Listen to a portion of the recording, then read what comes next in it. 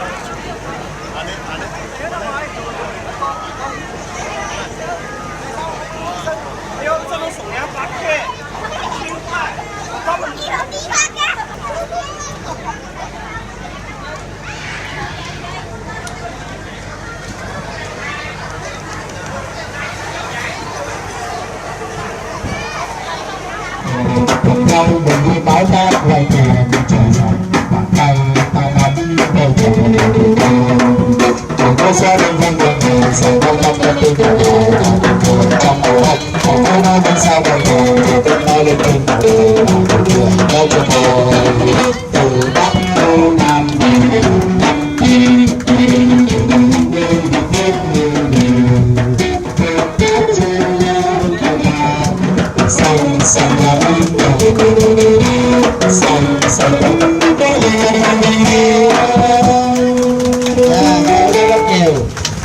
xanh xanh Now we are heading to the floating seafood restaurant where people can choose their seafood for lunch.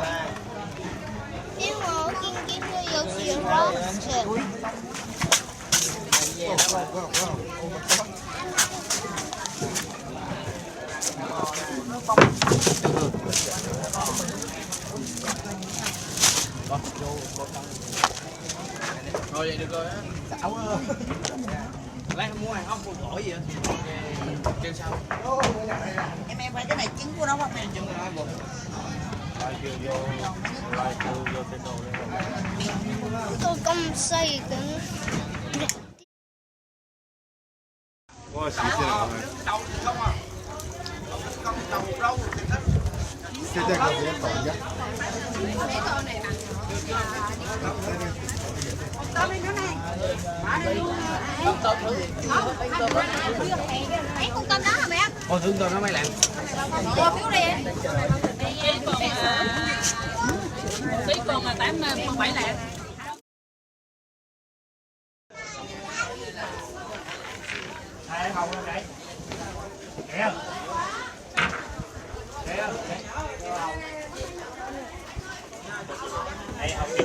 Ui sao mẹ ơi.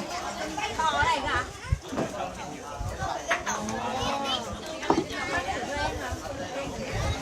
Lấy con chị.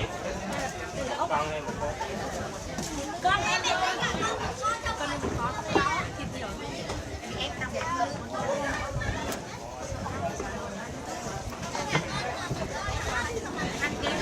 But no thanks, after seeing that I prefer vegetarian dishes. This lunch meal is included and they cooked right on the boat for us.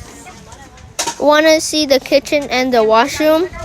con nó cho nhiều lát lên. Không queo rồi. Yeah, well, I have no push. Stop push me.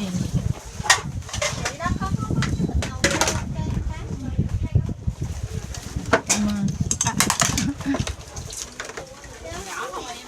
Where's, this is the washroom, boy. You went? Nằm đó, đó nằm.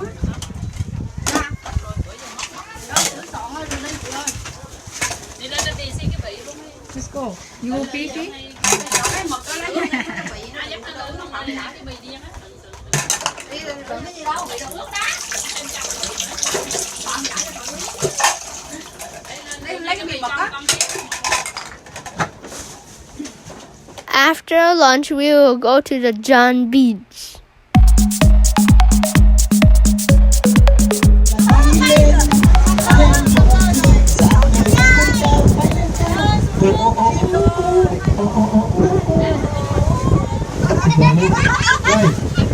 Bây giờ tàu em đến hòn đảo thứ ba rồi. Tàu em có thời gian tại đảo thứ ba là ở đây em thông báo cho chị là ở đây mình ở đây thời gian rất là thoải mái. Ở đây tới 1 tiếng 25 phút. Mình ở đây bây giờ là 1 giờ 5. Mình ở đây tới khoảng là 2 giờ rưỡi. Anh chị ha, 2 giờ rưỡi. Here you can rest, relax on the beautiful beach. You can also participate in water sports such as jet ski, parachute, pulled by boat. These activities are extra cost.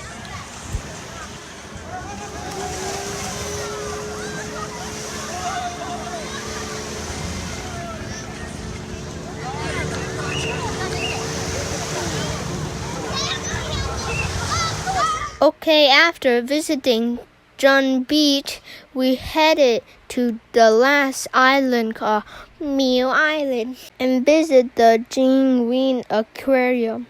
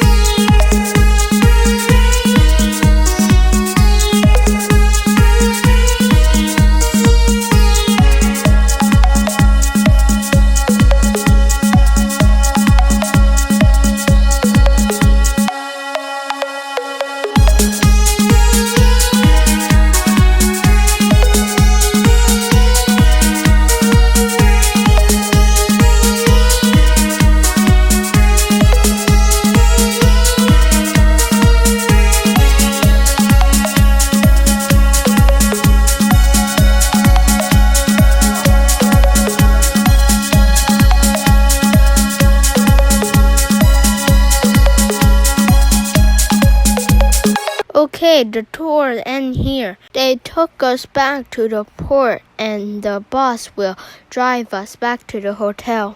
Thanks for watching. Please subscribe my channel. Thank you.